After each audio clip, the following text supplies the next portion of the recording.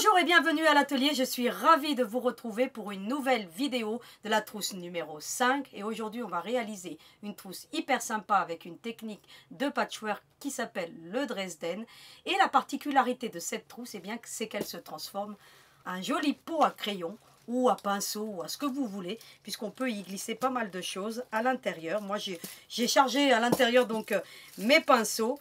Et ça tient debout tout seul. Avec l'application d'un biais, ça nous permet, en équilibrant bien entendu le poids de ce qu'on met à l'intérieur, de maintenir notre trousse en position verticale. Et ainsi, c'est pratique pour y venir chercher facilement nos pinceaux parce qu'elle a une belle ouverture. Et lorsqu'on a terminé, pour les ranger, c'est très simple. On a juste à soulever donc, les petites ailettes, de fermer avec notre zip et le tour est joué. On peut glisser dans le sac ou dans une pochette ou ce qu'on veut. Donc très facile à réaliser. Donc aujourd'hui on va voir donc un pas à pas complet. Mais avant de poursuivre ce cours, je voulais vous récompenser pour tous ces élans de sympathie que vous me témoignez depuis déjà maintenant 3 années.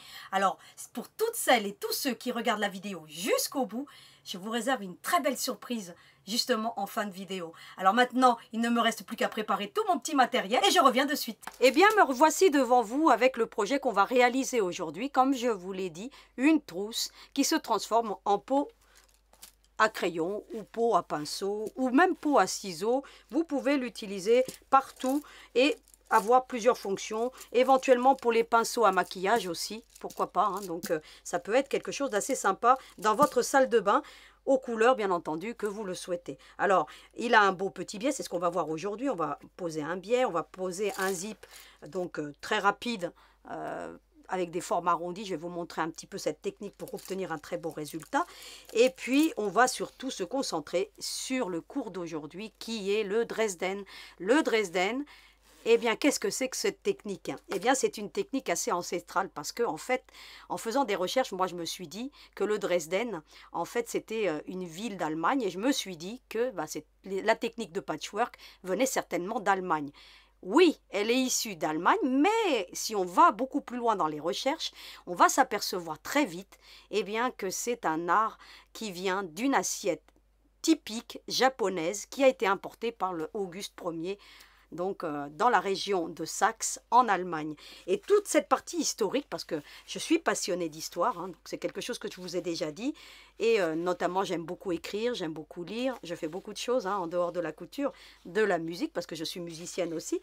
Eh bien, il m'est venu l'idée, donc de temps en temps, je ferai ce genre de petites choses, de vous mettre la partie historique du Dresden et des assiettes en porcelaine. Vous allez vite vous rendre compte que, écoutez, eh bien, cette technique a été importée d'Allemagne certainement par des femmes germaniques dans les années 30. Et puis, ça vient d'une assiette japonaise qu'on appelle Imari, qui a été importée, comme je vous l'ai dit tout à l'heure, par Auguste Ier. En faisant des petites recherches, je me suis aperçue qu'il y avait une histoire beaucoup plus approfondie qu'on pouvait faire par rapport aux assiettes et à la porcelaine, qui a été importée par Marco Polo, vous verrez tout ça, et adoptée par Richelieu, et notamment qui l'a fait connaître Madame de Pompadour, puisque c'est de là qu'est issue ensuite la porcelaine de Limoges. Tout ça, je voulais donc résumer dans quelques petites lignes, et puis je vous ai mis quelques petites photos, et j'ai trouvé super sympa de vous faire un petit résumé des recherches que j'ai faites, et je vous ai écrit tout ça pour que vous ayez un petit peu de lecture, et il est toujours intéressant de savoir d'où viennent les techniques qu'on emploie. Ainsi, on a un petit peu le cursus de tout ces méthodes. Alors vous avez des petites assiettes, donc les fameuses assiettes Imari, et si vous remarquez bien, eh bien ça ressemble vraiment à la technique que je vais faire devant vous aujourd'hui, la technique du Dresden. Dresden plate, ça s'appelle le Dresden plate, le patch, à proprement parler. Assiette, plate, plate, assiette. Donc voilà, tout simplement. D'où est issu donc ce patch? Alors il peut être fait de diverses manières. Vous pouvez bien entendu le faire en forme d'appliqué comme je le mets moi sur ma trousse. Vous pouvez en faire des poches, vous pouvez en faire des sacs, des sacs avec des formes arrondies, puisque le Dresden, vous pouvez l'avoir avec une forme pointue ou une forme arrondie. C'est ce que je vous mets ici, donc pour que vous ayez plusieurs aperçus des différents Dresden qu'on peut trouver. Vous pouvez aussi en faire une jupe à sapin, des centres de table, hein, juste en faisant le Dresden, après avec un endroit contre endroit avec un autre tissu, où vous coupez un recto verso avec le même patch et vous obtenez un super centre de table.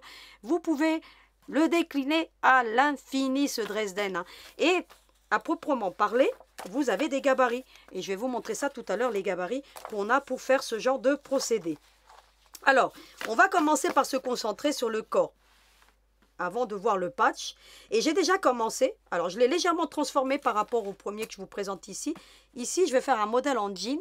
Et j'ai décidé, parce que comme le jean est une partie unie, eh bien d'en appliquer un autre sur la partie inférieure de ma trousse. Hein. Comme ça, ainsi, lorsque elle sera fermée, eh bien j'aurai l'impression d'avoir un Dresden complet, comme vous les avez dans le dessin qui est ici.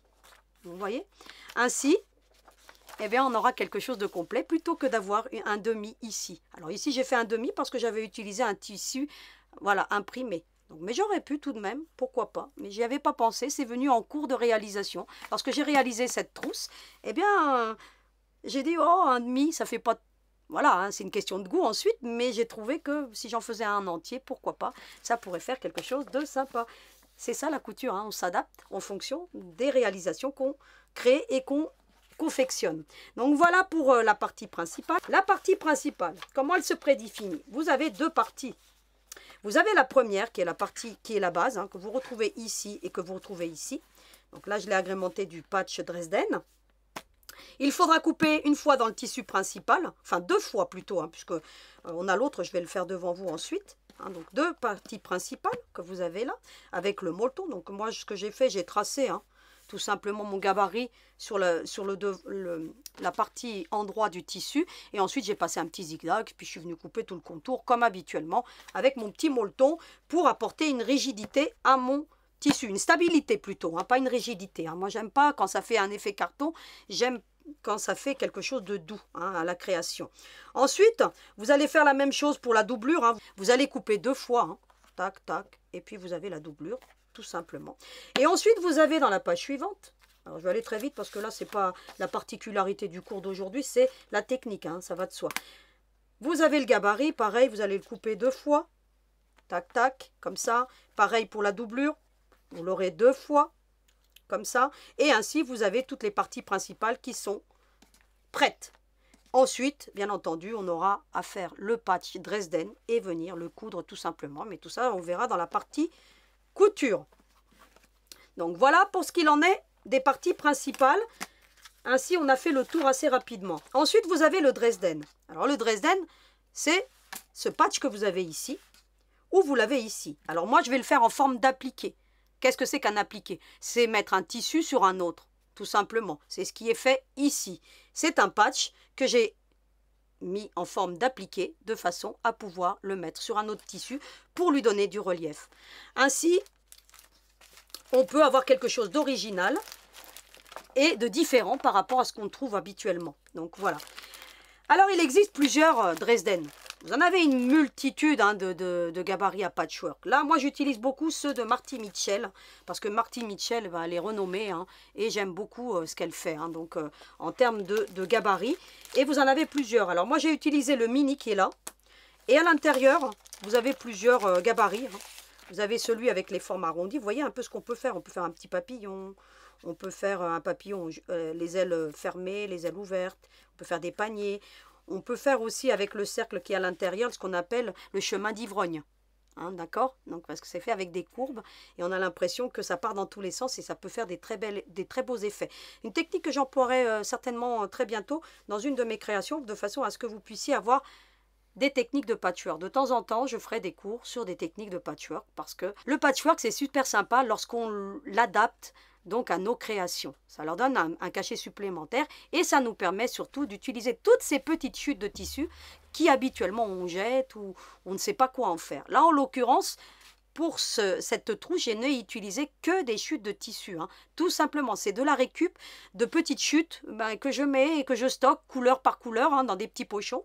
Et ça me permet de pouvoir les réutiliser. Et ainsi, je ne fais pas de gaspille. Ainsi, je mène mon tissu jusqu'au bout. Alors, vous voyez, il y a plusieurs gabarits. Vous avez les ronds.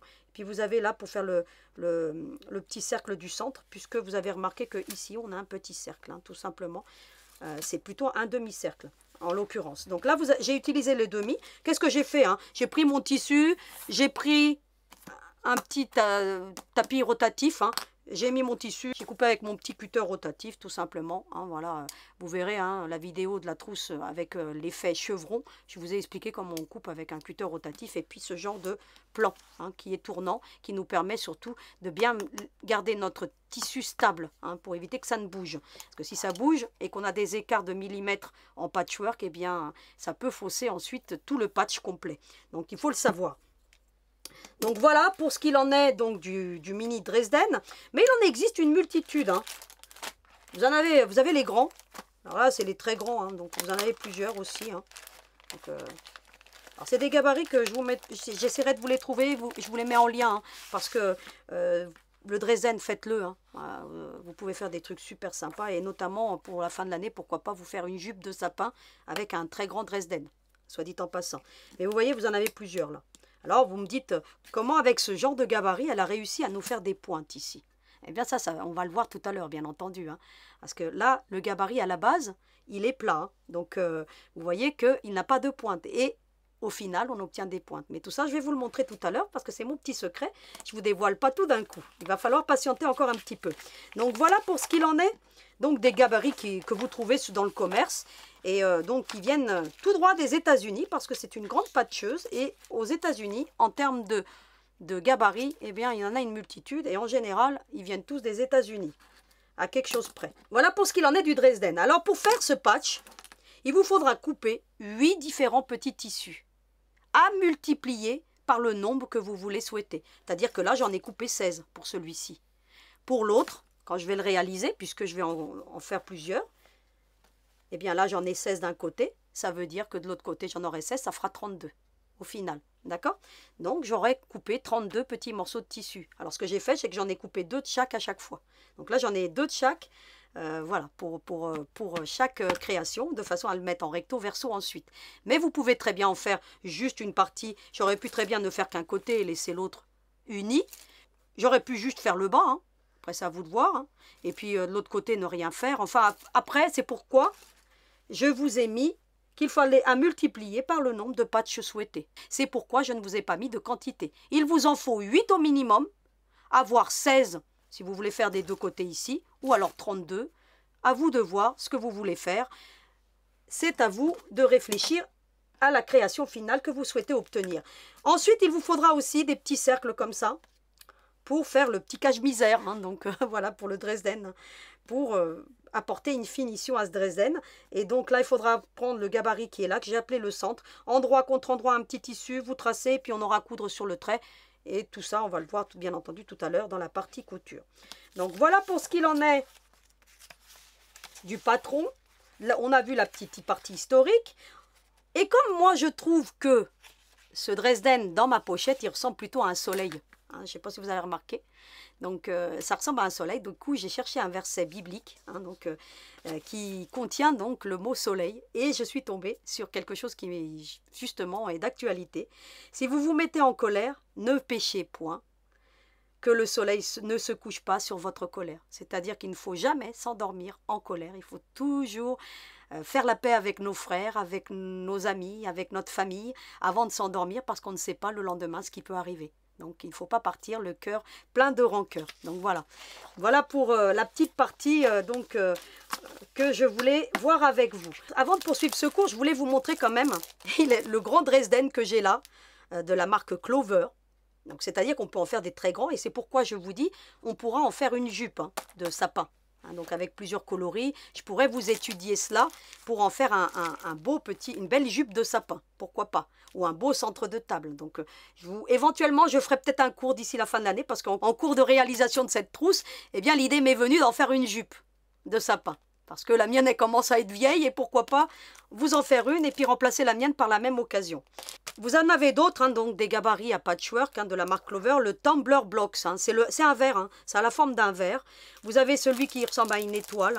Vous avez celui qui concerne donc les courbes. Donc maintenant, on va poursuivre le cours d'aujourd'hui. Je vous retrouve devant la machine à coudre pour assembler tous ces petits bouts de chiffon. Alors à tout de suite. Dans un premier temps, on va se concentrer sur le patch. Vous l'avez ici déjà réalisé. Je vous mets sur l'envers pour voir ce que ça donne. Et donc la particularité déjà, c'est de faire ces petites pointes. Pourquoi faire des pointes? Tout simplement pour avoir déjà des bords propres qui nous permettent ensuite de l'appliquer sur n'importe quel support, comme on le voit ici. Vous voyez? Alors, qu'est-ce qu'on va faire? Vous avez déjà coupé vos 8 morceaux de tissu. Parce que pour faire un demi Dresden, hein, parce que là en l'occurrence c'est un demi Dresden, il vous faut 8 morceaux de tissu. Alors j'en ai déjà coupé 8, hein. On les a ici. Et puis moi je vais me prendre pour modèle celui-ci parce que je veux reproduire le même sur la partie supérieure. Alors la première chose à faire, c'est de prendre le premier. Je vous recommande de toujours couper votre tissu, repasser. Hein. Donc moi là je les ai tous repassés avant de les couper parce que sinon vous allez avoir un souci lorsque vous coupez votre tissu. Hein. Donc ça va de soi, repassez votre tissu avant de couper. Vous allez le plier en deux comme ça, tout simplement. Et vous allez passer une couture. Vous prenez bien entendu pour ce faire, eh bien écoutez, le pied un quart avec le guide, ça vous permet, eh bien écoutez, je vais en prendre un autre pour vous montrer. Vous le pliez en deux comme ça, vous voyez, endroit contre endroit, sur la partie qui est droite en haut, la plus large. Et puis vous allez pouvoir coudre à un quart, en sachant que le patchwork, on fait toujours des marges à un quart. Ensuite, bah écoutez, vous allez tout simplement coudre cette partie-ci. Alors je vais vous le montrer qu'une fois, parce que ça va de soi que ce que je fais là, il faudra le faire sur les 7 autres morceaux de tissu. Hein. Vous obtenez ce genre de choses. Hein.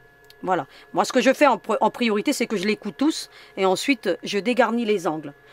Ensuite, vous allez prendre une petite paire de ciseaux.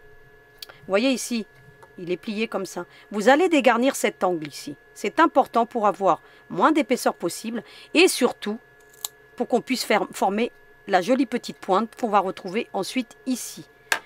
Voilà ce qu'on obtient. Vous avez vu, j'ai dégarni. Vous avez le petit morceau de tissu qui est là. On est comme ça. J'ai bien dégarni au plus proche de la couture. Ensuite, qu'est-ce qu'il me reste à faire? À retourner comme ceci. Et j'ai formé ma pointe. Vous prenez ensuite quelque chose pour ressortir les angles. Alors celui-ci est de la marque Clover, il est très bien. Un peu fragile hein, quand il tombe par terre, mais bon, ça va. Hein. Il a quelques années et je trouve qu'il est plutôt bien conservé pour le coup. Ensuite, ben, vous allez le ramener au milieu tout simplement. Puis vous allez avec vos ongles ou le repasser. Alors vous me direz, oui, là c'est un petit. Comment on fait avec un grand? Un grand, je vais vous montrer un petit outil que j'ai moi. Parce que j'ai beaucoup de petites règles à repasser pour le patchwork. Alors ils viennent directement des États-Unis ceux-là. Je me suis fourni... alors je ne sais plus où, il y a des années hein, que je les ai. On peut faire même les Dresden avec des arrondis. Vous avez plusieurs arrondis, hein. Regardez, voyez. Ça vous permet, lorsque vous avez un grand Dresden, de prendre ce genre de pointe et de vous la former et de vous la mettre directement au milieu. En faisant ça, vous mettez un coup de fer à repasser lorsqu'ils sont très grands, hein, parce que là il est petit, ça va.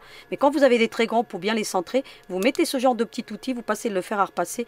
Ça passe sous le fer à repasser, ce genre d'outil. Hein, donc c'est une quilteuse hein, qui a inventé ça. Alors c'est un mini point pusher. Voilà, alors je ne sais plus comment ça s'appelle, je ne vois pas, c'est clair pour vous le dire. Et vous voyez, je l'ai déjà utilisé plein de fois parce que j'en ai déjà fait pas mal du Dresden moi. Hein. J'ai fait des paniers, j'ai fait pas mal de choses. Ils ne sont pas terminés d'ailleurs, mais ça fait des années qu'ils sont en cours de chantier. Et je trouve super pour faire bien les pointes, surtout lorsqu'on a des très grands petits patchs comme ça. Donc voilà. Ensuite, ce que vous allez faire la même chose, bien entendu, pour les 7 autres. Ce que je vais faire maintenant hors caméra et je vous montre ensuite la suite. Voilà donc tous les petits éléments qui sont cousus, que j'ai retournés. Ils sont juste très bien. Ensuite, bah écoutez, vous avez juste à faire une simulation, hein, vous les mettez comme vous avez envie. Hein, donc moi j'avais décidé de les mettre dans cet ordre-là.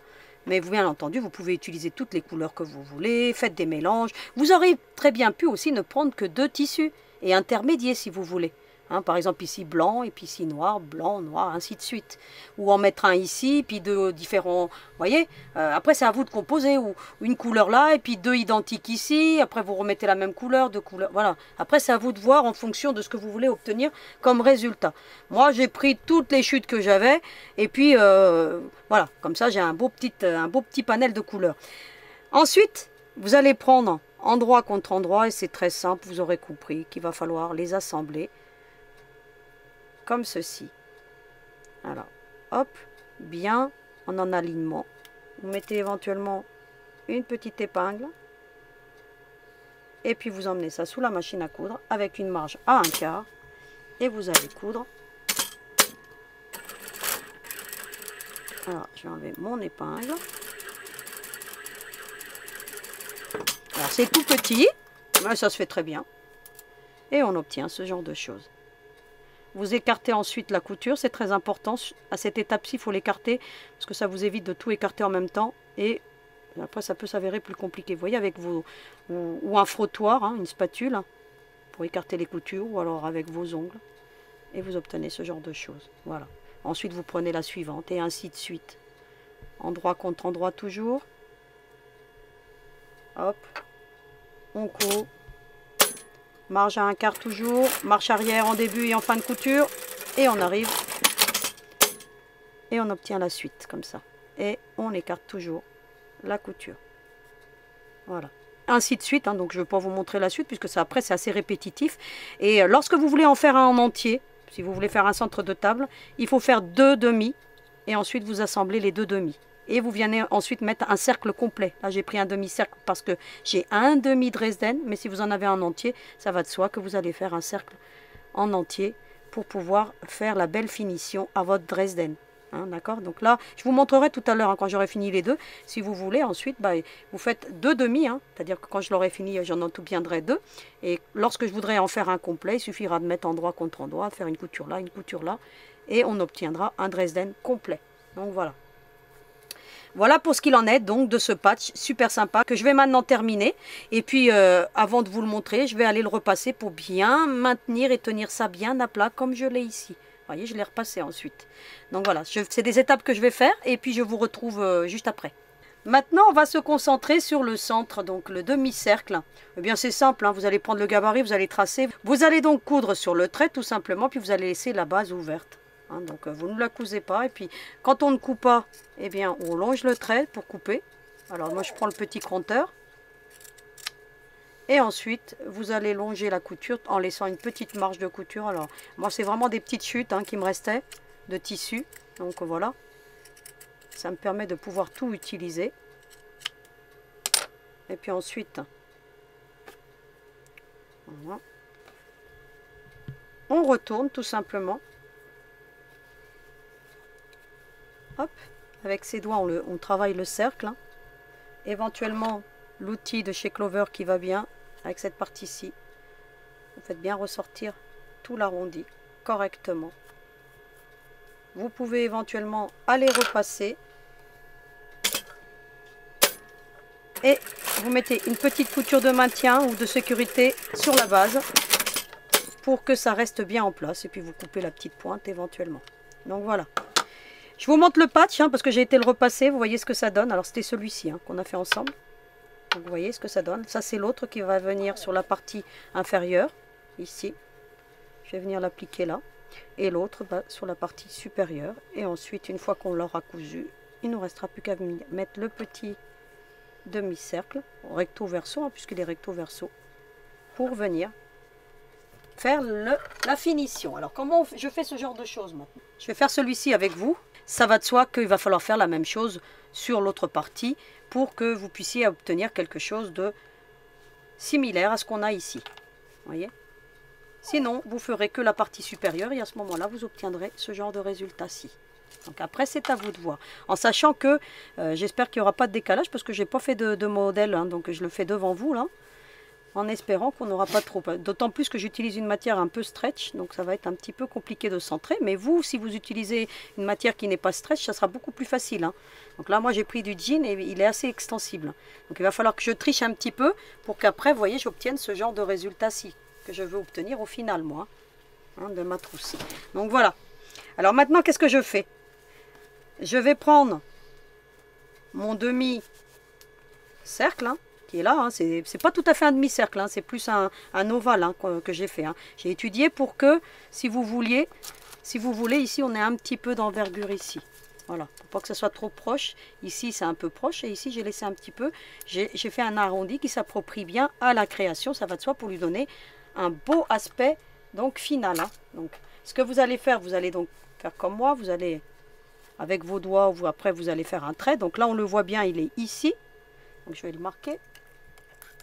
Donc voilà. Je vais vous le marquer pour que vous voyez bien. voyez, le trait, il est ici. Voilà, on le voit bien.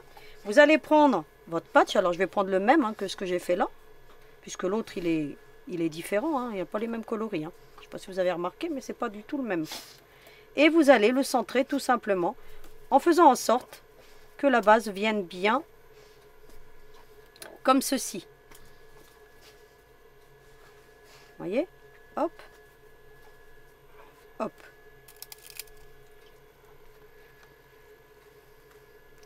Le voilà.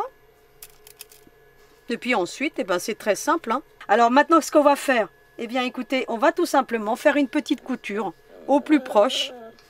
Eh bien, on va tout simplement coudre. Alors on y va tranquillement.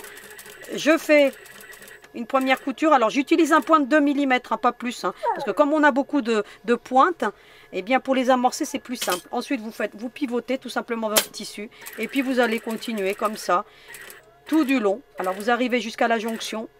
Vous pivotez. Alors j'en fais juste le début avec vous parce que vous avez compris le principe. Vous allez coudre. Alors moi je préfère coudre au plus proche. C'est plus facile, hein, comme vous voyez ici. Au plus proche que plutôt que de laisser une grande marge. Hein, c'est beaucoup plus compliqué à coudre. Voilà. Donc je vais terminer cette opération et je reviens vers vous. Voilà ce qu'on obtient. Un patch bien posé. Ainsi, voilà, il va rester bien en place. Vous voyez ce qu'on obtient lorsqu'on écarte un petit peu. Et ensuite, eh bien, on vient tout simplement appliquer le demi-cercle. Alors pour l'appliquer, hein, pareil, hein, on détermine toujours les milieux. Et puis on va le positionner au milieu, tout simplement, comme ceci. On met une petite épingle. Alors, ce que je fais, j'en mets une comme ça, et puis après, je vais plutôt la mettre dans l'autre sens, parce que sinon elle va gêner pour la couture. Hein. Voilà. Hop. Et voilà. Et puis pareil, hein, je vais faire une petite couture, tout simplement, au bord. Toujours avec mon point de 2 mm. Et je suis ma petite courbe.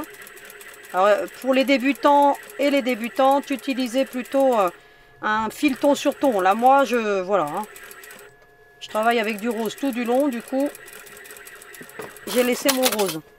Voilà ce qu'on obtient.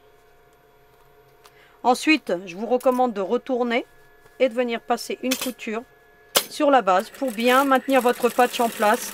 Pour que dans les prochaines étapes, on ne soit pas gêné. Et pour que tout reste bien en place surtout. Et puis, bien entendu, vous venez couper les petits excédents hein, que vous trouvez de tissu. Et on a terminé donc cette partie-ci. Ce que j'ai fait là, vous le ferez ou pas. Hein, donc, tout dépend de l'option que vous allez choisir. Et bien, la même chose, hein, vous choisirez le milieu, vous viendrez l'appliquer. Chose que je vais faire en dehors de la caméra. Et puis après, vous venez appliquer pareil, comme ça. Et vous obtiendrez ce qu'on a ici. Voilà. Voyez ? Ça peut faire quelque chose de sympa. Donc celle-ci, eh bien, on va voir ce que ça donne en fin de vidéo. Hein, donc c'est pourquoi je ne sais pas où je vais atterrir hein, avec ce projet. Donc pour le coup. Hein. Ensuite, vous allez prendre une des parties. Vous allez prendre un zip. Alors 35 cm, hein, je vous ai mis. Donc je vous les mettrai en lien parce qu'ils sont très bien. Donc là, c'est des 35 cm. Vous allez prendre votre petite ciseau Olfa. Hein. Enfin, pas si petit que ça, mais c'est l'idéal hein, pour couper les zips. Et puis vous allez tout simplement employer la technique que je vous ai déjà montré de couper le zip. Hein. Et là, on va le séparer par contre, parce que lorsqu'on a des courbes comme ça, le mieux c'est de séparer le zip hein, pour pouvoir le monter. Alors je vais vous mettre une petite croix pour que vous sachiez qu'ici, on est sur l'endroit. Voilà. J'enlève mon curseur. Je le réserve. Fais attention de ne pas le perdre, hein, parce que bien souvent... Et on sépare le zip. Et on va venir le coudre tout simplement endroit contre endroit. Vous allez, voyez, vous avez la petite croix qui est là. Donc là, on est sur l'endroit. Hein. Et vous allez venir tout simplement le coudre. Alors, il y aura une petite spécificité hein, donc à la pose de ce zip pour qu'on puisse bien retourner ensuite la trousse. Hein, pour qu'elle se transforme en peau de crayon. Il y aura une petite technique que je vais vous dévoiler, bien entendu. Hein, pas de soi. Et puis, vous allez faire déjà dans un premier temps un petit point de sécurité. Alors, je vais faire juste un côté avec vous, hein, en sachant que pour l'autre côté, c'est bien entendu, l'opération sera à l'identique. Hein. Et on va emmener ça, vous voyez, vraiment une petite couture de maintien hein, pour commencer. Hein. Voilà. Alors ça se fait très bien parce que vous voyez, je fais ça d'une main. Je suis même pas en face de ma machine pour vous dire. Puis là, je vais tricher un petit peu parce que j'avais trop de pointes. À cause de mon jean qui est un peu stretch. Vous voyez, je peux même venir le couper. Parce que j'avais une pointe qui était... voilà. Voilà ce qu'on obtient. Ensuite, ce que je vous recommande de faire, c'est de prendre la doublure. Vous allez l'appliquer. Alors là, vous allez bien écouter ce que je vous dis parce que sinon ça va bouger. Avec des formes arrondies, il se peut que ça ne tombe pas en face. Et pour que ça tombe bien en face, je vous recommande de faire cette opération pour que vous soyez sûr que vous n'ayez pas d'écart. Alors, il va falloir, déjà dans un premier temps, mettre des pinces partout. Donc, surtout l'arrondi. Donc, vous faites attention parce que votre zip, il ourlette un petit peu. Donc, vous mettez tout bien à plat et les pinces vont vous aider à mettre tout ça à plat. Hop. Faites-le, hein, cette opération. Hein. Vous allez comprendre pourquoi ensuite, si vous voulez ensuite avoir une pose de zip juste parfaite. Hein. Parce que là, on a une courbe quand même. Et dans les courbes, c'est pas toujours évident. Et le molleton a tendance à faire bouger le tissu.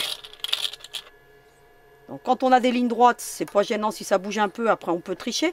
Mais avec des bases arrondies, c'est plus compliqué de venir tricher. Alors je vous recommande vraiment de bien soit épingler, soit de mettre des pinces. Moi je privilégie les pinces hein, en général. Voilà. Vous avez remarqué que mon tissu a bougé. Hein. Vous en mettez aussi sur la base. Voilà, hein, vraiment vous en mettez partout.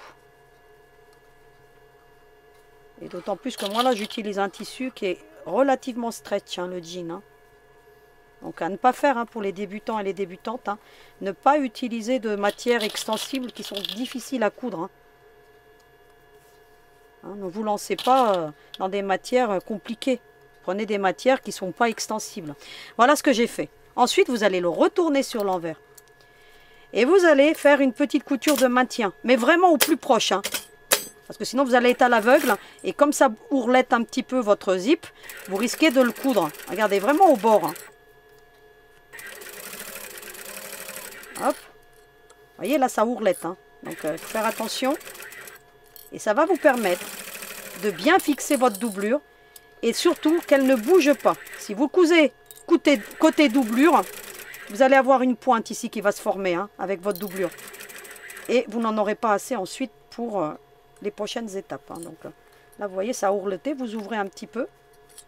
Vous le remettez droit. Hein. Regardez avec votre doigt. Voilà. Vous le sentez, hein. Voyez, ça fait une bosse ici. Regardez, vous soulevez comme ça et vous le remettez droit. Voilà. Ça paraît galère à faire, mais ça se fait très bien. Hein. Regardez, hop. Hop. Mon zip qui est parti un petit peu. Voilà. Voilà ce qu'on obtient. Vous voyez, c'est vraiment au bord. Voilà. Ensuite, vous pouvez enlever et vous voyez que ça n'a pas bougé. Votre doublure arrive au même niveau. Si je n'avais pas fait ça, qu'est-ce qui se serait passé? Ici, j'aurais eu une pointe. Alors ici, je vais mettre un petit peu parce que ça a bougé. Une petite couture. J'aurais eu une pointe ici. C'est-à-dire ma doublure, elle n'aurait pas été en alignement comme elle est là. Vous voyez? Ensuite, qu'est-ce que je fais? Eh bien, je vais amorcer ma couture au plus proche du zip, de la rainure du zip, sans aucun souci. C'est-à-dire que maintenant, il va falloir que, vous voyez, j'aplatisse bien mon zip. Avec mes doigts, je vais sentir. S'il y a une bosse, je vais le sentir. Vous prenez votre doigt, vous faites ce genre de mouvement. Regardez. Hop. Hop. Et vous continuez comme ceci. Hop. Voyez. Ici, si vous voyez, vous mettez votre doigt à l'intérieur de votre doublure et puis vous continuez. Regardez. C'est normal que ça fasse ce genre de choses parce que c'est des courbes. Et lorsque on a des courbes, et ben le zip il a tendance à gondoler. Hein. Voilà. C'est pourquoi, lorsqu'on a des courbes, il est important de poser le zip en plusieurs étapes si on veut obtenir un très beau résultat. Regardez, vous voyez là. Hein, vous le voyez, ça gondole. Hein. Regardez. Vous voyez comment ça gondole? Eh bien, vous l'aplatissez et vous y allez tout doux. Hein. Faites pas de course, hein. Voilà. Et puis vous suivez avec votre doigt, vous voyez, vous l'ajustez. Et puis, hop, on y va, tranquillement. Et on a posé notre zip. Ensuite, vous n'avez plus qu'à retourner. Vous regardez si ça vous convient. Et là, en l'occurrence, je trouve que ça fait super sympa, regardez. Voilà.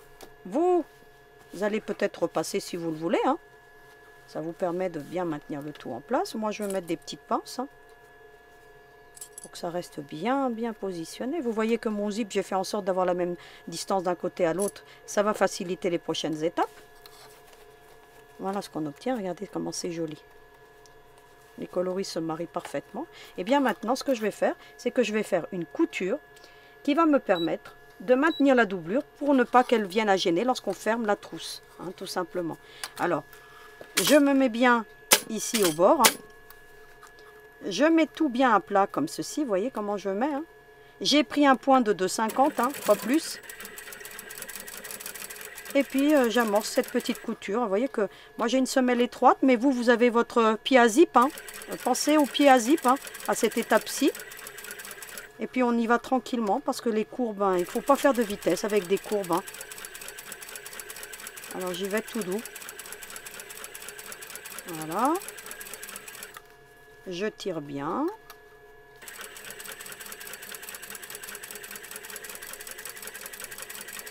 Et vous voyez que même en ayant des matières extensibles, eh bien j'obtiens un super résultat. Des coutures très propres. Et qui n'ont pas déraillé. Regardez. Vous voyez? Des belles coutures. Et on a obtenu quelque chose de super joli. Vous voyez comment c'est beau? Je trouve que là, elle est plutôt sympa, hein. Le jean, avec les petites chutes de tissu, ça se marie très bien le jean avec des chutes de tissu, hein. Ensuite, ben, qu'est-ce que vous allez faire? Vous allez tout simplement prendre la base, hein, et puis vous allez faire une petite couture de maintien pour que votre doublure reste bien en place et que dans les prochaines étapes, lorsqu'on aura la pose du biais, eh bien, elle ne vienne pas à sortir de son logement, cette doublure. Donc c'est très important, toutes ces petites coutures qui, mine de rien, facilitent l'ouvrage. Voilà ce qu'on obtient. Et lorsqu'on mettra à l'envers, on obtiendra... Faites attention au sens de votre tissu, hein. Donc ça, c'est quelque chose que je ne vous ai pas dit. Vous voyez? Bon, là, moi, j'aurais pu le mettre dans un sens ou dans l'autre. Mais quand je vais le retourner, bah, elle se retrouvera comme ça. Donc j'aurai ces pointes-là qui sont plus dominantes vers le bas. Donc faites surtout attention au sens de votre tissu, hein. De temps en temps, je vous en parle pour que vous fassiez vraiment... soyez vigilante là-dessus. Regardez comme c'est joli. Eh bien, ce que j'ai fait là, eh bien, vais faire exactement la même chose avec l'autre partie. Donc voilà, donc ce que je vais faire maintenant. J'ai tous mes éléments qui sont prêts, j'ai appliqué mon patch sur la deuxième partie principale, les deux sont faits. Eh bien maintenant, on va emboutir le curseur. Alors comment je fais ce genre de choses pour que ça tombe bien en face? Alors ce que je fais moi, c'est que je mets des pinces en fait. Et en mettant des pinces, ça permet de bien avoir tout en alignement. Alors je vais mettre des pinces un peu partout, comme ça. Vous voyez? Hop. Pourquoi pas en mettre une autre là? Je vérifie que je suis bien en face, vous voyez ici, là, les cercles. Bon, ça a l'air pas mal, ça. Ici, eh bien, du coup, eh bien, je vais mettre aussi une petite pince ici. Une autre ici pour m'aider à bien maintenir, comme ça. Ainsi, ici, ça me dit comment je dois commencer. Alors, si je fais en sorte d'avoir toujours un cran supérieur d'un côté. Donc là, en l'occurrence, on voit bien que c'est sur le côté gauche. Donc, je vais emboutir d'abord sur le côté gauche, comme ça. Et je vais emboutir mon curseur. Et on va obtenir, vous voyez, le côté gauche est plus haut. Donc, si vous voyez que vous avez un côté, il y a deux crans en plus, bah, vous en enlevez jusqu'à en avoir juste un supérieur à l'autre. Ça facilite, hein. Et ensuite, vous allez enlever votre curseur jusqu'au bout. Vous vérifiez que vous êtes arrivé en alignement en enlevant les pinces, hein. Donc là, en l'occurrence, bah écoutez, je suis plutôt bien, hein. Vous voyez qu'en plus, j'ai tellement bien centré qu'en fait, bah, j'ai pas d'écart. Tout va bien. Donc c'est juste parfait. Et ensuite, je vais choisir le côté que je veux, hein, tout simplement. Alors, moi, j'aime bien celui-là. Hein, donc l'un ou l'autre, de toute façon, c'est pareil. Eh bien, je remboutis mon curseur. Je vérifie toujours que j'ai une maille plus grande d'un côté. Donc, si elle est plus grande d'un côté, j'emboutis le curseur de ce côté-là. Voilà. vous le réemboutissez. Et vous le voyez là, ça va pas. Vous voyez, j'en ai 2. Ça va pas. Donc on recommence. Comme ça, vous voyez ce qu'il ne faut pas faire. Et là par contre, je suis bien. Vous voyez? Et vous emmenez votre curseur jusqu'au milieu. Donc voilà pour ce qu'il en est de cette préparation de la partie supérieure. Ça veut dire que moi, mon côté principal, ça va être celui-ci, puisque je vais ouvrir comme ça. Hein. D'accord? De toute façon, peu importe, puisque de toute façon, elle est recto verso, la mienne. Donc, mais vous ferez, vous, attention si vous ne faites qu'un côté, par exemple. Hein. Donc, comme elle est recto verso, après tout, je choisirai ensuite le côté qui me convient le mieux centré. Donc, voilà. Ensuite, on va se concentrer sur la partie donc, inférieure de cette trousse. On va mettre endroit contre endroit, donc jusque-là, rien de compliqué. Ce que vous allez faire, c'est éventuellement faire comme ceci pour que ça soit bien centré, pour que vous n'ayez pas ensuite de soucis. Comme ça, si vous voyez, des fois il peut y avoir un décalage, hein, parce que le molleton travaille, le tissu est quand même assez extensible, le mien. Donc ce que je fais, moi, vous voyez, c'est que j'essaye de mettre tout en alignement pour ensuite être bien en face. Hein, donc voilà, vous voyez que là j'ai une pointe. Hein. C'est normal, hein, des fois les matières extensibles, ça fait ce genre de choses. C'est pourquoi faites bien attention quand vous travaillez des matières qui sont extensibles. Ensuite, pareil, hein, vous prenez toujours votre marge de couture ensuite, hein, soit votre pied de machine, ou soit vous continuez avec des marges à 1/4. Donc moi, en l'occurrence, pour avoir ma marge, ben, vous voyez, je me mets en alignement avec mon pied, puis mon zigzag. Hein. J'ai pris un point serré de 2, hein. Ça va de soi pour avoir quelque chose de bien solide. Je fais la même chose de l'autre côté, alors je vais tenir compte, vous voyez que là j'ai un petit peu de marge.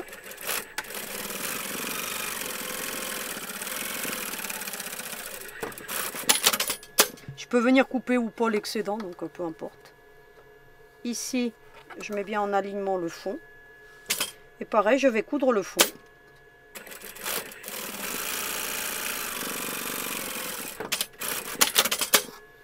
Ensuite, je vais écarter les coutures, comme ceci. Alors habituellement, des fois, je vous dis un côté ou l'autre, mais là, en l'occurrence, parce que comme on a la partie supérieure, je vous recommande de les ouvrir. Hein. Comme ça, comme ceci. Et puis, vous allez bien les plaquer, regardez. Vous voyez? Ligne de couture contre ligne de couture. Vous allez le voir, hein, de toute façon, regardez comme ça. Et vous mettez une pince surtout. Une fois que vous êtes bien en alignement, vous mettez une petite pince. Ici, maintenant, on va hop, vous faites bien attention de bien mettre tout à plat ici. Votre tissu à l'intérieur. Vous mettez bien à plat. Vous mettez comme ceci. Et pareil, vous allez faire une couture. Hop. Ensuite, vous maintenez bien en place comme ça. Et vous y allez tout doux.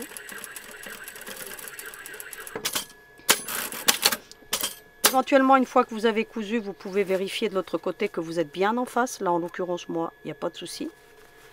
On n'est pas au millimètre près, mais voilà, on obtient quelque chose de parfait. Vous pouvez éventuellement, pourquoi pas, repasser une couture. Ça ne paye pas de mine. Et ça vous permet d'avoir quelque chose de bien solide. Vous pouvez insister au milieu si vous voulez. Ce que je fais là, bien entendu, je fais la même chose de l'autre côté. Hein. Voilà ce qu'on obtient. Vous voyez, tout est bien aligné, tout est bien en face. Malgré un tissu extensible, on obtient quelque chose d'assez sympa. Hein. On pourrait même en faire un petit pochon, regardez. Vous voyez, un petit pochon, vous rajouterez un bout de tissu et vous obtenez un petit pochon. Voilà, je vous donne une petite astuce. Hein. Vous rajoutez une partie supérieure et puis après, regardez. Ça vous fait un super joli pochon. Vous voyez, ça va se friser un petit peu comme ça, regardez. Super pochon. Hein, donc ça peut être quelque chose de... Voilà, vous pouvez transformer donc ce patron en un petit pochon. Et il serait super sympa. Ensuite, ce qu'on va faire, c'est qu'on va appliquer la doublure. Vous allez retourner ensuite votre partie principale. Vous avez votre doublure qui est comme ça. Et on va faire un petit point d'ancrage pour éviter que la doublure ne vienne à sortir de son logement lorsque l'enfant ou vous viendrez à prendre vos pinceaux, vos crayons ou vos ciseaux. Alors vous allez mettre bien tout en alignement comme ça, comme ce qu'on fait habituellement. Hein. Vous mettez bien en alignement là, vous voyez. Faites en sorte que ça soit bien en alignement. Et puis vous allez faire une petite couture ici pour maintenir la doublure. Vous voyez comment ça se présente, hein? Alors bien entendu, vous faites les mêmes opérations pour la doublure, hein, je ne vous ai pas montré. Hein. Il n'y a pas d'ouverture dans la doublure, hein, parce qu'elle va être emboutie dans le corps, hein, tout simplement. Hein. Alors, hop, mêmes opérations que pour la partie qu'on vient de voir, hein, la doublure. Je ne peux pas montrer parce que voilà, hein, c'est les mêmes topos. Vous voyez, on obtient ça. Vous avez ce genre de choses. Alors, j'ai pas cousu sur la couture, hein, vous voyez là.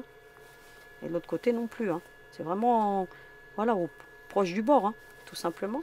Ensuite, ce que vous allez faire, vous allez retourner, comme ça, et votre doublure va être mise en place automatiquement. Vous voyez? Voilà. Opération que vous pouvez faire pour vos pochons, et puis après, vous n'auriez plus qu'à rajouter un petit quelque chose là. Ensuite, vous allez faire correspondre, bien entendu, les latérales. Hein, donc, vous allez écarter les coutures ici, écarter la couture ici, et vous allez mettre une petite pince. Hop. La même chose de l'autre côté. Faites-le, hein, parce que on commence toujours par les latérales. Si on veut avoir quelque chose d'équilibré, vous mettez vos doigts à l'intérieur, vous tendez tout, hein, et ça va venir se mettre en place, bien entendu.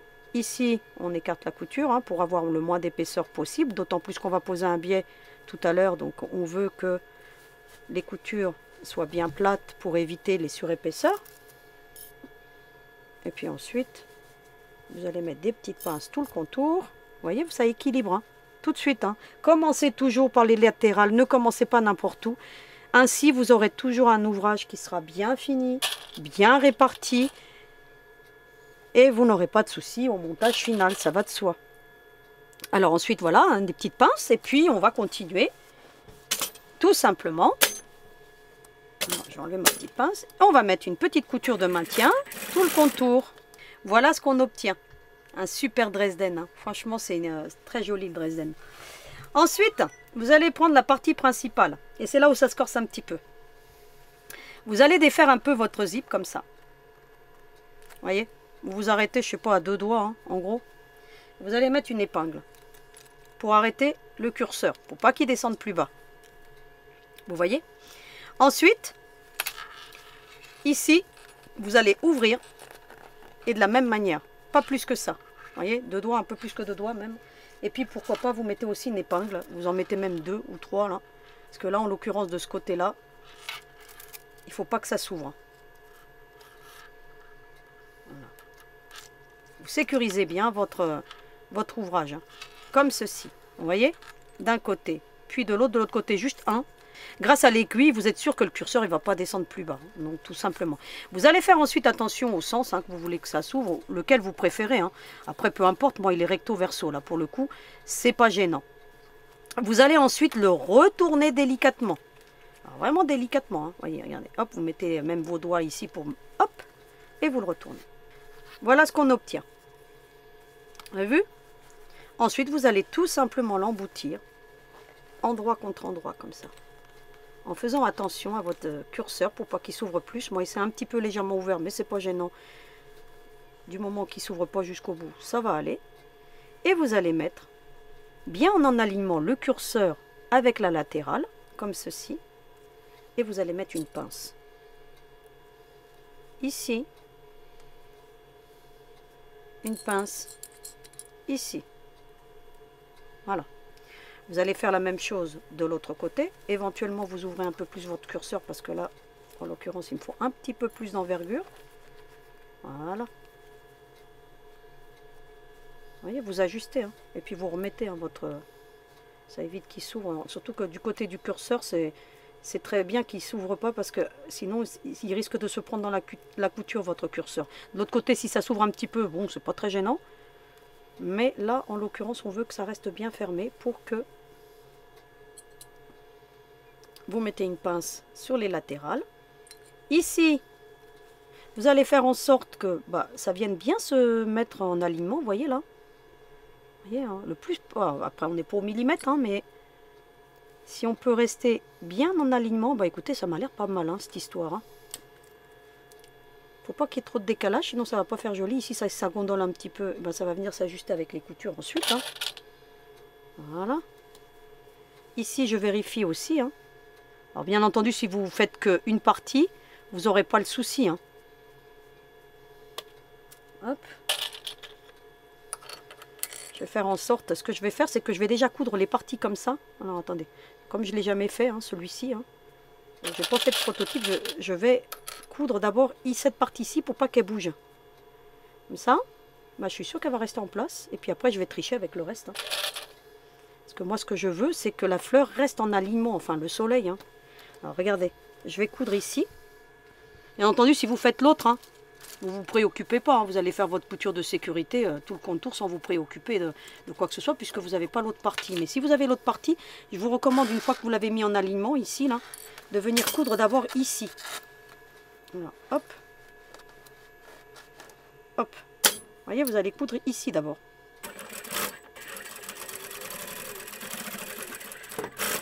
Comme ça le maintient déjà en place. Vous voyez? Je peux même partir un petit peu en avant. J'ai mes épingles qui gênent.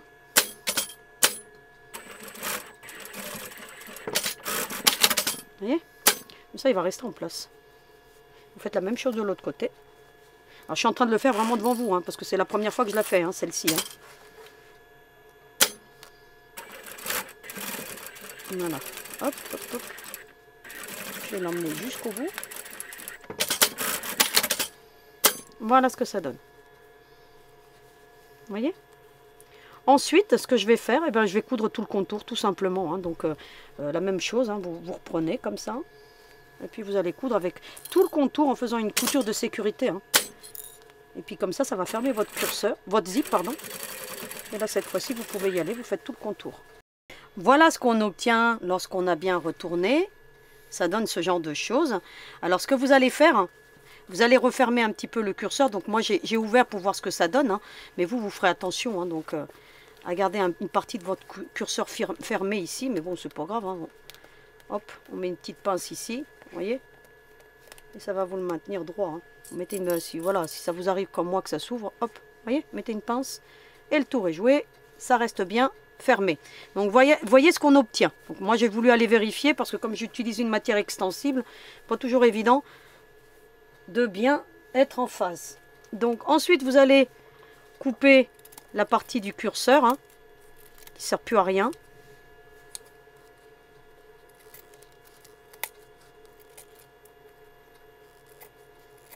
Et vous allez appliquer le biais tout simplement et on aura terminé. Hein. Alors le biais, hein, je vais vous montrer très rapidement. C'est des choses qu'on a déjà vues. On va faire un biais double, un biais simple, hein, rapide. Hein, donc vous l'appelez comme vous voulez. Moi je l'ai appelé le biais rapide parce qu'en fait on n'a pas nécessité de couper le tissu avec des angles de 45 degrés parce que je le plie en deux. Donc je me suis adapté cette méthode et puis elle fonctionne plutôt bien et je vois que vous l'aimez beaucoup. Eh bien ça facilite la pose des biais et ainsi on n'est pas tracassé et on gaspille pas de tissu parce que quand on coupe des biais à 45 degrés, l'inconvénient, c'est que on dépense énormément de tissu. Là, on coupe une bande de 5 cm sur 45 cm de long. Et puis, on vient positionner, faire une petite couture de maintien sur la base. Hein. Vous voyez, on plie envers contre envers, hein, tout simplement. Et puis, on y va tranquillement, tout du long. Alors, moi, j'ai coupé ça, j'ai tracé à la règle et puis j'ai coupé au ciseau hein, pour éviter de couper une grande longueur de mon tissu. Parce que j'en avais besoin que de 45 cm. Donc vous ferez comme vous voulez, ou vous coupez une grande bande et puis vous pourrez faire d'autres trousses comme ça. Voilà, hein, tout simplement. Et puis on va venir appliquer le biais. Alors vous allez choisir de quel côté. Hein. Donc vous voyez là, moi ça ferme ici, donc je vais le commencer ici. Je vais le commencer de l'intérieur pour pouvoir ensuite faire ma couture sur l'extérieur ici, la partie la plus visible. Alors je vais plier ici en triangle, comme ça. Vous voyez ? Un triangle tout simplement ici. Je vais mettre une petite pince pour m'aider à maintenir au démarrage et puis ensuite je vais venir poser mon biais hein, de l'intérieur, voilà tout simplement. Alors là par contre j'utilise mon pied de machine, autant pour la couture de sécurité j'ai utilisé donc une couture à moins d'un pied de machine. Là en l'occurrence je prends mon pied de machine hein. Et puis je vais tourner, en fonction que je tourne, je pose mon biais. Ici, si je vois que j'ai trop d'épaisseur, j'arrive avec mon ciseau. Je coupe. Hein. Je pourrais couper après, hein. Mais bon. Voilà. Je coupe déjà. Pour éviter les surépaisseurs au niveau du zip, tout simplement. Et puis vous prenez votre pied de machine, ça va très bien. Éventuellement, si vous voyez que vous avez un pied un peu trop large, bah, vous faites une bande de 5 cm et demi au lieu de 5. Hein. C'est la petite astuce que je vous donne. Hein. Là, moi, elle fait 5 cm parce que je trouve que c'est largement bon. Hein. Vous voyez qu'ici, par exemple, regardez, le biais est très bien posé. Hein. Regardez, vous voyez, avec une belle finition, on a quelque chose de super propre. Regardez, vous voyez, voilà. Regardez comme il est beau ce pot de crayon. Donc là, il ne faut pas que mes crayons, mes pinceaux penchent tous dans le même endroit, sinon il va tomber, mais ça tient debout tout seul. Hein. Voilà, regardez, hop. On y va.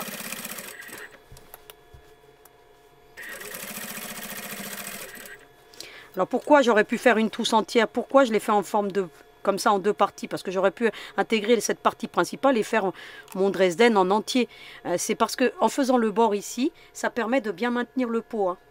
Donc voilà, si je l'avais fait autrement, eh bien on n'aurait pas cette forme de biais qui maintiendrait bien le pot en place. Hein.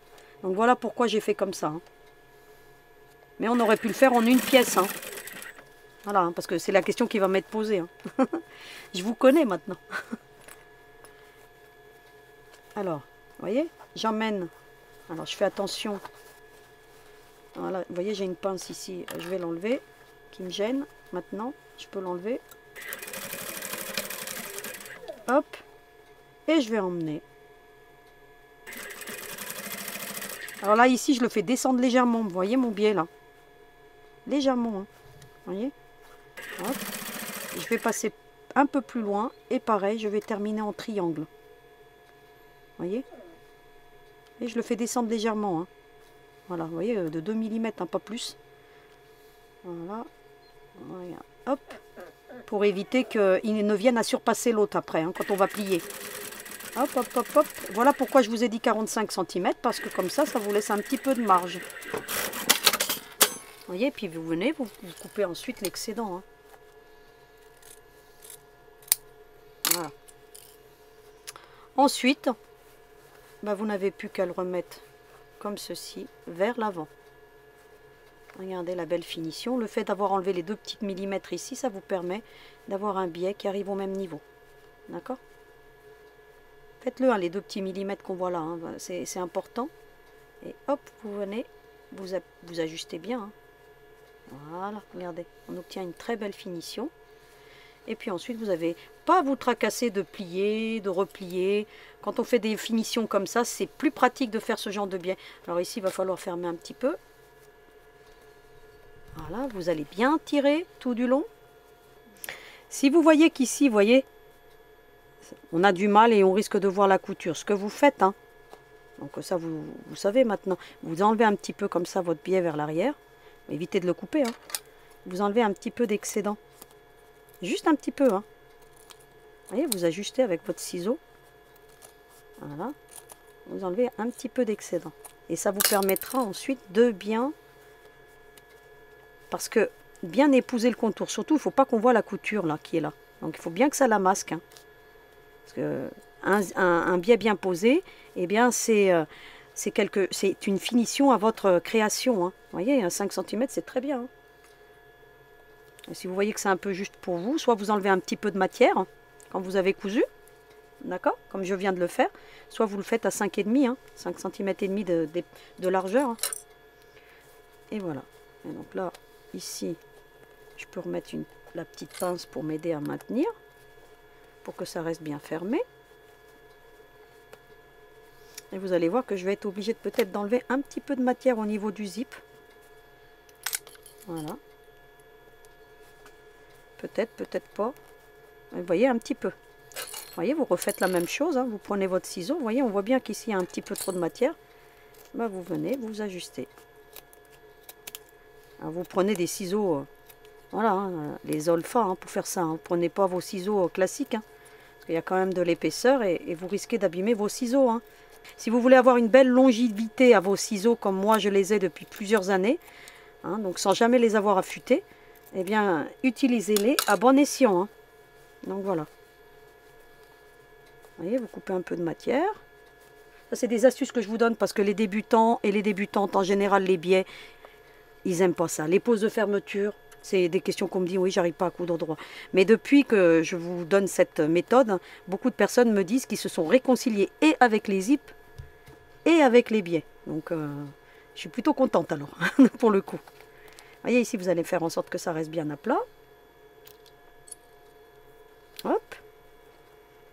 Et puis, vous allez bien... Voilà. Regardez comme c'est joli. Une fois que tout est bien mis en place.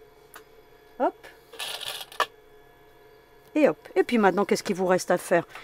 Moi, j'aime bien retourner dans l'autre sens. Hein, donc, faites comme vous voulez pour le coudre. Je trouve que ça facilite. Vous voyez, je le retourne. Comme ça. Et puis, je viens, je couds tout simplement le biais maintenant. Hein, donc, moi, je prends toujours mon petit point de 2 ou de 2,5. Hein, donc, et puis, je couds tout le contour. Donc, inutile de vous montrer ça. Alors, attendez. Hop, hop, hop. Hein, je démarre, bien entendu, à la jonction toujours. Hein, voilà. Donc, elle est là. Je démarre toujours un petit peu avant la jonction. Et puis, vous tendez bien surtout. Un biais bien posé. C'est quelque chose de bien tendu aussi. Et puis, vous vous mettez au bord. Et puis, vous prenez un ton sur ton, hein, surtout hein, pour les débutantes et les débutants. Un ton sur ton, ça vous facilite l'ouvrage. Alors ici, je vais bien... Vous voyez? Hop. Et puis, on y va tranquillement et on fait tout ce petit bonhomme de chemin. Voilà ce que ça donne avec un biais bien posé, bien propre, avec des jolies finitions. Et ainsi, on ne se casse pas vraiment la tête à le poser. Hein. Donc, ça réconcilie avec les biais. Hein. Parce que les biais, moi, c'est quelque chose que je n'aimais pas faire. Et puis, bon, avec cette méthode, eh ben, je trouve que c'est plutôt pas mal. Ça me réussit bien, du moins. Ensuite, bah, vous n'avez plus qu'à retourner. Hein. Donc, ça fait super sympa. Alors, moi, j'ai un petit pli là. Hein, mais c'est normal. Hein. Une matière aussi extensible que celle-ci, bah, forcément, ça génère souvent des petits inconvénients. Et ensuite, bah, vous avez votre zip. Vous n'avez plus qu'à fermer. Vous avez des super finitions. Une super trousse. Je la trouve super originale, celle-ci. Vous me direz ce que vous en pensez dans vos commentaires. Et puis, elle se transforme en peau de crayon. Donc, voilà. Donc, vous pouvez mettre vos ciseaux. Hein. Regardez, hop, je l'ouvre. L'avantage du biais, c'est que ça vous forme tout de suite votre trousse, votre petit pochon. Hein. Et puis, regardez. Hein. Allez, hop, on peut y mettre tout ce qu'on veut. Hop, allez. Hop, allez. Allez, le coupe-fil. Regardez. Les pinceaux à maquillage, et j'en passe. Hein, les crayons, hein, les crayons de feutre des enfants, les crayons couleur. Et voilà ce que ça donne. Et puis, quand on a besoin de l'emmener quelque part, hein, nos ciseaux ou nos pinceaux, eh ben, il y a juste à tirer ici. Là. Alors là, il faut qu'elle se forme, celle-ci. Hein. Elle n'est pas bien formée encore. Et la partie du zip, elle n'est pas bien formée. Hop, hop, on ferme. Et on n'a plus qu'à l'emmener. Donc, avec une super technique patchwork, ça fait quelque chose de super sympa. Moi, je l'aime bien. Donc, vous me direz ce que vous en pensez dans vos commentaires. Ça va de soi. Je vous retrouve maintenant pour le petit mot de la fin. Alors, à tout de suite. Eh bien, j'ai terminé le cours d'aujourd'hui avec une super trousse transformable en peau de crayon. Vous ferez votre choix. Hein. Donc, moi, j'aime bien la marron. Donc, voilà. Celle-ci est sympa aussi. Donc, vous ferez votre choix avec juste un demi-drazen ou un drazen complet. Voilà, hein, à vous de voir ce que vous voulez faire. En tout cas, moi, ce que j'aime, c'est l'esprit pratique de cette trousse qui va bien me servir au quotidien pour ranger tout mon petit barda. Comme annoncé en début de vidéo, je vous réserve aujourd'hui une belle surprise pour tous ceux et toutes celles qui m'ont suivi jusqu'au bout. Eh bien, un super gabarit qui vous permettra de faire du Dresden. Alors, c'est un faux Dresden puisqu'il a des parties un peu plus larges, ça ressemble plus à une fleur. Mais ça vous permet aussi, avec cette technique du Dresden, de pouvoir faire des super patchs. Éventuellement aussi le chemin d'ivrogne, hein, donc ici avec plusieurs patchs possibles. Et il est d'une valeur de 40 €. Donc ça me tenait vraiment à cœur de vous l'offrir pour que vous puissiez vous initier au patchwork. Alors, comment le gagner tout simplement? Ben, c'est très simple. Au cours de mes vidéos, et pour toutes celles qui ont déjà ou ceux qui ont regardé mes vidéos, il y a quelqu'un que je nomme mon grand copain. Hein, donc je l'utilise énormément. La première personne qui m'indiquera qui est mon grand copain se verra attribuer ce superbe cadeau avec une belle petite carte brodée personnalisée. Et bien entendu, j'annoncerai le gagnant ou la gagnante dans la prochaine vidéo.